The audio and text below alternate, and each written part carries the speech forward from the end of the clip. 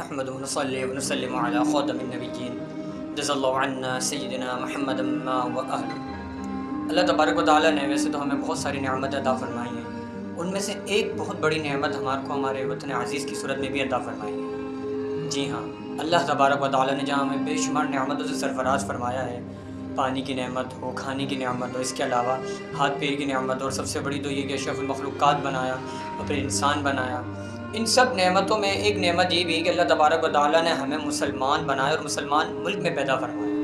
اور مسلمان ملک کیونکہ ہمارا پاکستان ہے تو اللہ تبارک و تعالیٰ نے ہمیں اس میں پیدا فرمایا۔ لیکن ہمارے یہاں دیکھا یہ جاتا ہے کہ ہم ہمارے اپنے ملک کی جو ہے نگیٹو چیزوں کو جو ہے نوٹ کرتے ہیں، پازیٹیو چیزوں کی طرف جاتے ہی نہیں، پازیٹیو کبھی سوچتے نہیں ہیں، نگیٹو ہی سوچتے ہیں ہمیشہ اپنے ملک کے لیے۔ ایسا نہیں کرنا چاہیے۔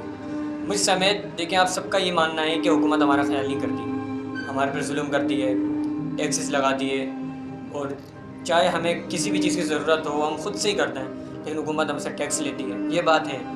لیکن آپ مجھے خود بتائیں، چلیں یہ تو حکومت کی طرف سے غلطی ہے نا، حکومت کی غلطی ہے، لیکن آپ خود اپنے اعمال کے محاسبہ کریں کہ جب ہم سگنل پہ رکے ہوئے ہوتے ہیں تو مجھے بتائیں لائٹ تو شو کر رہی ہوتی ہے کہ اب آگے نہیں جانا کیونکہ ابھی آپ کا سگنل بند ہے، ریڈ لائٹ جل رہی ہوتی ہے لیکن پھر بھی ہم جلدی کرتے ہیں۔ بتائیں، مجھے بتائیں وہ سگنل توڑنے والے کون ہیں؟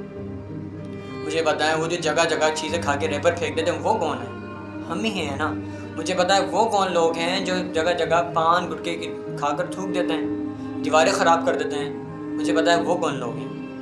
مجھے بتائیں وہ کون لوگ ہیں جو اپنے گھر کے آگے سے صفائی نہیں کرتے؟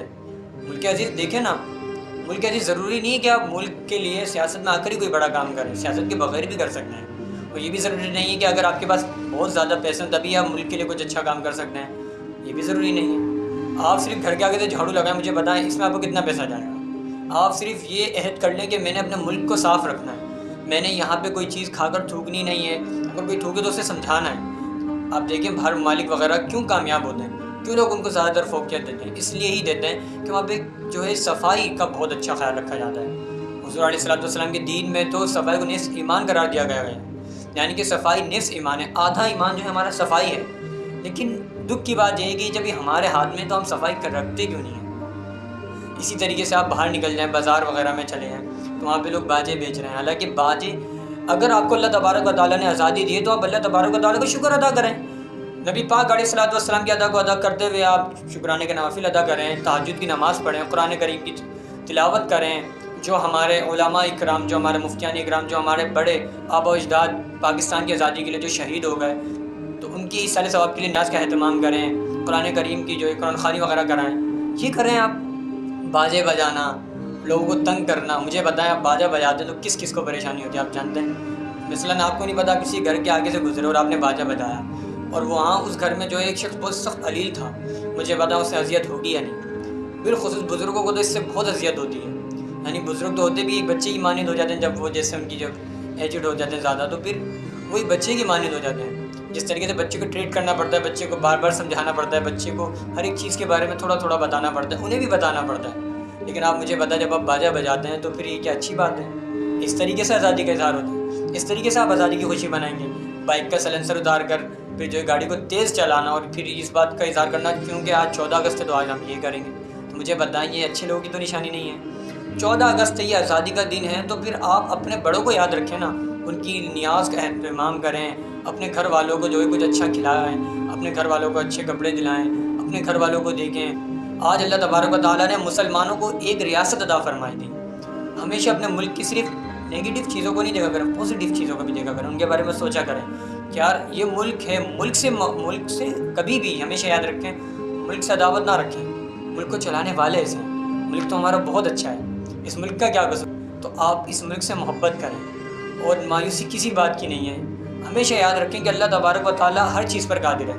ایک وقت مسلمانوں پر ایسا بھی تھا کہ ہندوستان میں تھے تو ہمارے ساتھ کیا ہوتا تھا مسلمانوں کے ساتھ، ان کو نماز پڑھنے کی اتنی آزادی نہیں دی جاتی تھی جتنی پاکستان میں دی جا رہی ہے۔ ان کو قرآن کریم فرقان حمید جو ہے پڑھنے پر اتنا جو ہے وہ ان کو مارا جاتا تھا، پکڑا جاتا تھا، کیا ہوتا تھا۔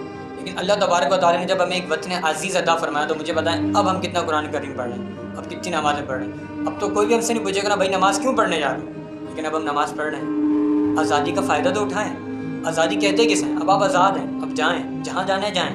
اللہ تبارک و تعالیٰ نے جو آپ کو احکامات دیے ہیں، حضور نبی پاک علیہ الصلوۃ والسلام کی جو تعلیمات ہیں، اس پر عمل کرنے پر کوئی پابندی نہیں، اب ہم آزاد ہیں تو ان سب پہ عمل کریں۔ علماء اکرام، مفتیان اکرام کے بیانات سنیں، ان کی قربانیوں کو جانیں کہ انہوں نے جب پاکستان بننا تھا تو کس قدر قربانی ملک کے لیے دی تھی۔ تو یہی بات ہے کہ جشن آزادی اس طریقے سے منائیں کہ اللہ تبارک و تعالیٰ بھی راضی ہو، نبی پاک علیہ السلام کا دل بھی خوش ہو۔ یاد رکھیں کہ اس ٹائم جو آزادی بنا رہے ہیں، لیکن ان کی آزادی بنانے کا طریقہ کتنا پیارا ہے۔ قربان جائیے میرے اللہ سنت پہ، کیا ترغیب، پودے لگا کے آزادی بناؤ، کسی غریب کی ہیلپ کر کے آزادی بناؤ، اگر کسی نے روزہ رکھا تو آپ اس کا روزہ کھلوا کے آزادی بنائیں، اگر آپ نماز نہیں پڑھتے تو آپ اسی سوچ کے ساتھ مسجد چلیں کہ یار اللہ تعالیٰ نے آج ہمیں آزادی عطا فرمائی تھی۔ تو ان سب چیزوں کو سوچا کریں، ہمیشہ اپنے ملک کے لیے اچھا سوچا کریں۔ چلیں ہم حکومت میں نہیں آ سکتے، لیکن ہم یہ سب تو کر سکتے ہیں نا، ان چیزوں پر تو غور کریں کہ جو ہم جو کر سکتے ہیں وہ تو کریں۔ تو اللہ رب العزت مجھے اور آپ کو عمل کرنے کی توفیق عطا فرمائے۔ وآخر دعوانا ان الحمد للہ رب العالمین۔